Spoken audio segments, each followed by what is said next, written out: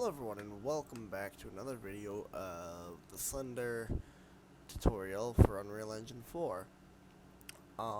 It's been quite some time, it's been 3 weeks, and I would like to apologize. I have been kind of busy with some other stuff. Excuse me. I've been busy with some other stuff, but I read some people's comments saying how they wanted me to make another one, so here I am. So today we're actually just going to make the goal something a bit simpler, like the things that you pick up. But we're going to do it a kind of different way than in actual Slenderman. Because in Slenderman it's on the trees. We're going to do more like Swamp Sim where it's on the ground, because it's just easier. Now, in the last episode we set up this nav mesh bound volume. And I told you that it didn't matter how big you make it. Like, you can just have it stretch over the entire map, but that's actually not true. We want to make it so it's only on the ground now. Ooh, that might be a problem, but hopefully not. Because what we're going to do is we're going to use this to spawn our objectives. So the first thing we're going to do is we're going to open up... do we have a blueprints thing? Apparently not. We're going to open up a new folder. We're just going to call it Interactables or Pickups, Goals, whatever you want.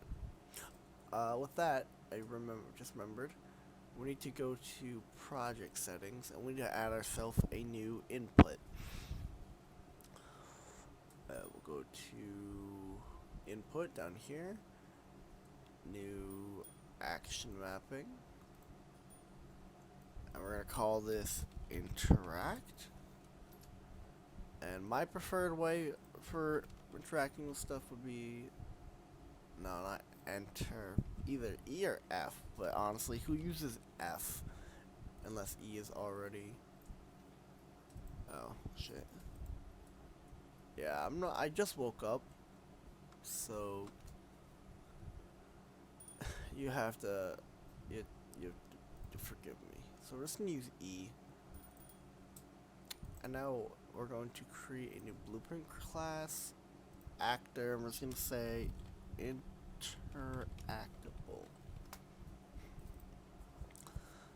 Okay, so the first step we're going to do is we're going to make a mesh for it. Now you can use a custom one.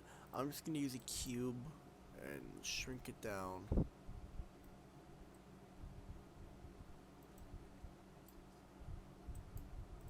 Just make it a tinier square. I'm not sure how big that is, but that's okay.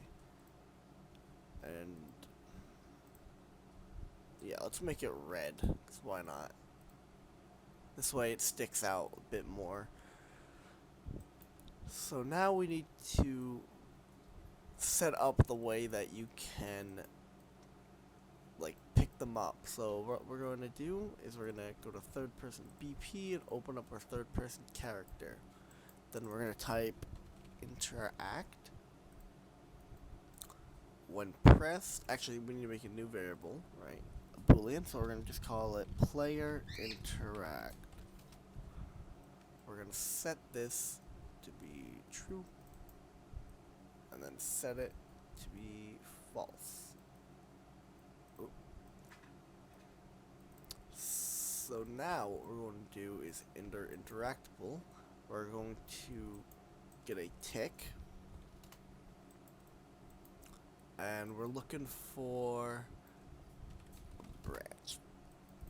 But first we have to cast to third person character, because we need to see if that variable interact is popping up. So we're just going to get player character to complete the cast. And then player interact. So now every tick we are testing to see if this is true.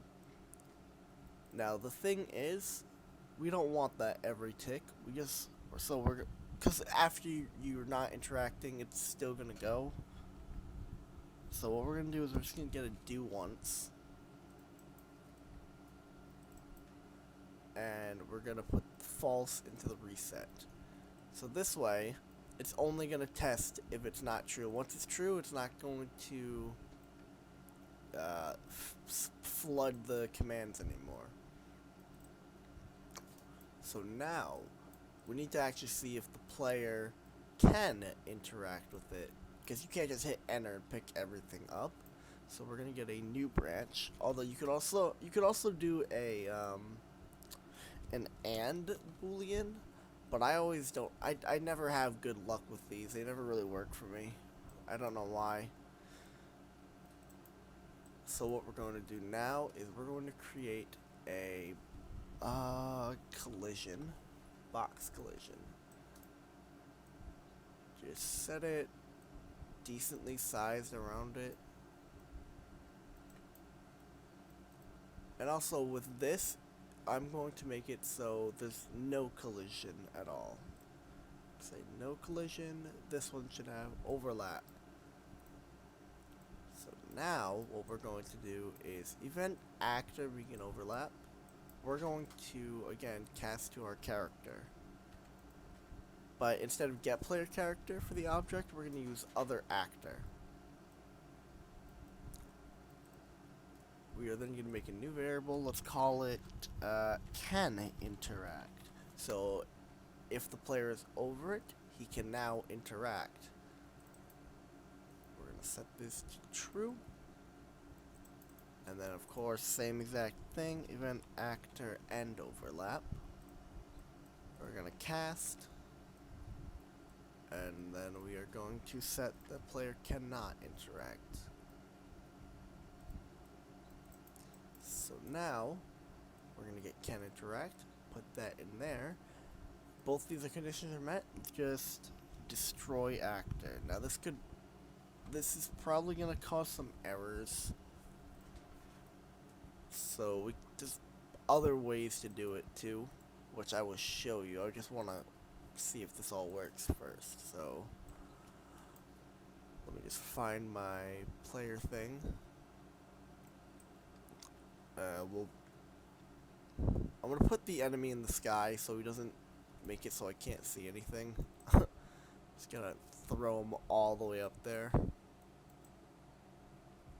You don't have to do this. I'm just doing it for myself. Also, to turn on and off the nav mesh, it's P.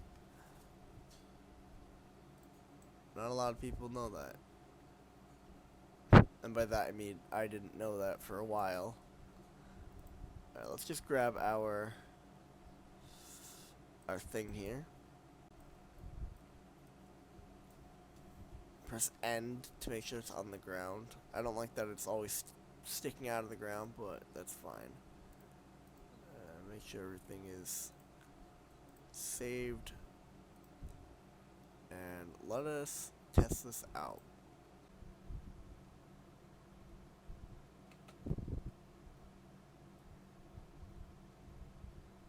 What? All I added was a print string, and that made it work. I didn't change anything else. This is literally all I added. See, Unreal always gives me these problems. I might start using Unity at this point. Okay, well the interactable apparently works now. So I can just delete this from the scene.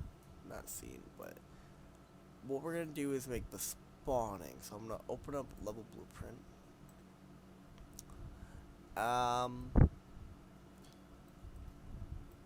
We need to make actually a few things. So we're gonna make a new variable and we're gonna call it interactable, and I don't know how to spell it now, count. And we want to make this an integer. So right now, you want to make this however many interactables you want. In most Slender games, it's 8, so let's just go 8. On event tick, we are going to get a branch, and we need to make sure to check something. But first, we need to make a new one. We're going to call it Interactables. So right now, we need to make sure that interactable is not, okay, is equal to interactable count.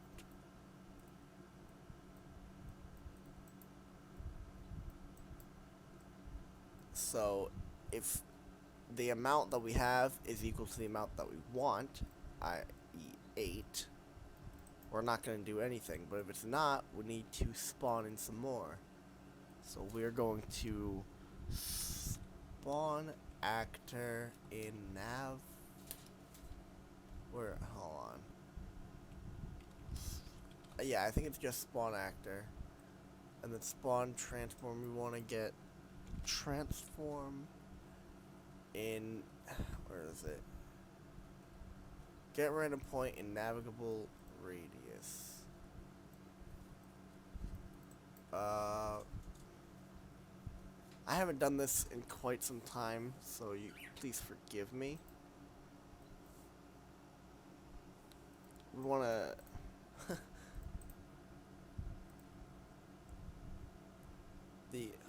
I think if we do this, right, nav mesh bounds volume, and we create a reference, we might be able to get origin. Get transform origin. What? I'm never good at this kind of stuff. Please forgive me. Let's just say in a radius of like 100 for now, just to test, just to see if it's at least spawning.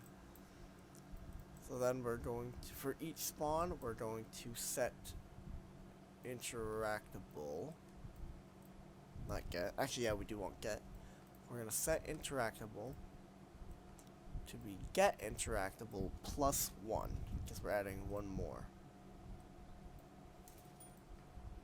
And I'm okay. We didn't actually give it. We didn't tell it what spawn, which is going to be the interactable actor. And it needs an origin. So I think we can just go like something like this, but it leads into a vector. Or oh yeah, we can just I guess we can just make a new variable, call it origin. Make it. I haven't worked with this kind of stuff in a very long time, so apologies. We're just gonna say get origin, put it in. It should be fine at 000 because that typically is the origin, but it might not be the origin. It's not. It's 7635 negative 1735. So, how do I get... alright, I'm learning with you guys. I don't know why it's saying get transform origin message. Perhaps this... Because this is orange, this one's yellow. So, you know, let's just plug in this value, because this should be the middle.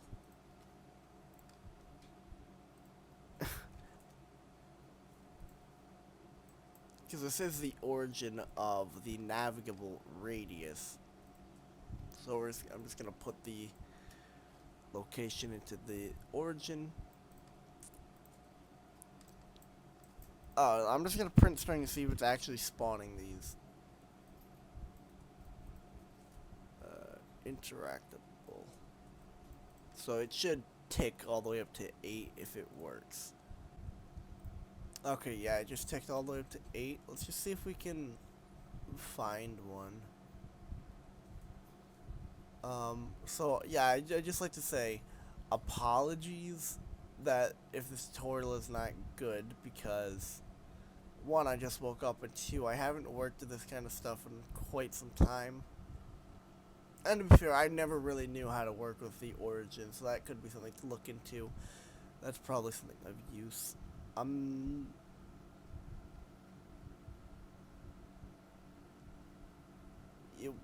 what I'm actually gonna do is I'm gonna simulate it because that's gonna make it easier to find. They all just spawn in the same spot. It's getting the same point. Oh my god, why do I not know what to do? Alright, so I ended up actually figuring out everything is the same except in the radius I put a random float between 100 and 100,000. The origin stayed the same. And if I go ahead and simulate this, we can see that it spawns an interactable, one over here, one right next to it, one on the other side. I don't know why they're piling up over there. Seems like it's not really getting random points, but what we can do, there is a fix around this. What we want to do is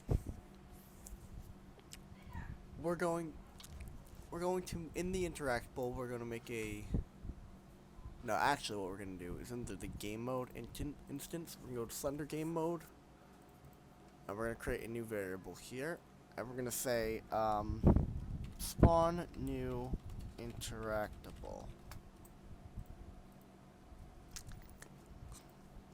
Now in the interactable, when you pick it up, before we destroy it, what we're going to do is we're going to cast to Slender game mode. We're going to get game mode, get a branch, and then get this new variable that we made. Get spawner interactable. Nope, actually, I lied. We want to set the get spawner interactable. Yeah, set spawner interactable. I didn't spell it right, don't worry about that. So we're going to set that to be true, and then we're going to destroy it. So now in the game mode, your event tick, we're going to get a branch.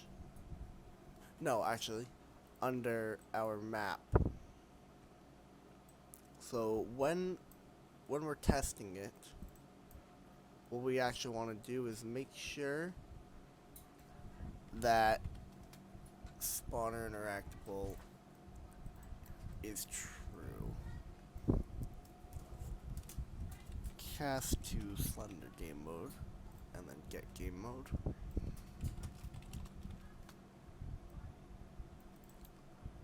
Get spawn ew interactable.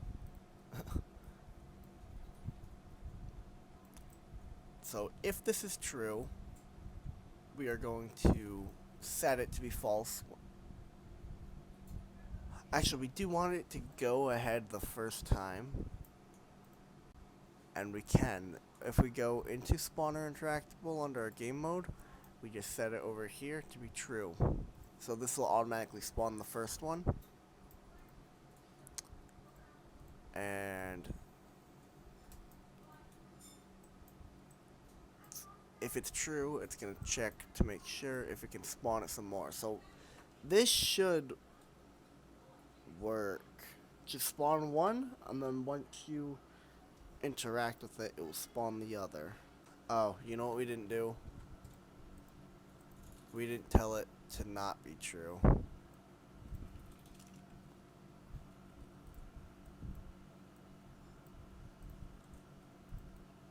Yeah.